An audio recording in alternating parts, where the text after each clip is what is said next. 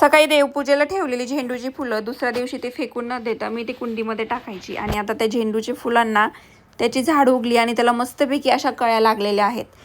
तर नंतर मग मी गेले आमच्या शेजारच्यांच्या घरी. त्यांच्या इथून मला काहीतरी आणायचं होतं. त्याच्या अगोदर मी माझं त्यांच्या इथे वजन पण केलं.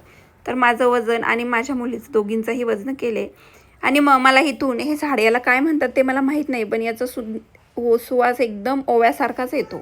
त्याची एक कांडी लावली तरी पण येते, म्हणून मग मी ते घेऊन आले. त्यांच्या इथं खूप जास्त झालेले होते. ते बोलले घेऊन जा. मग मी घेऊन आले आणि त्यानंतर लावलं. मग लागले स्वयंपाकाला. स्वयंपाकामध्ये काहीच नाही, साधं साधं फक्त ज्वारीच्या 2 भाकरी आणि बेसन बनवायचं होतं.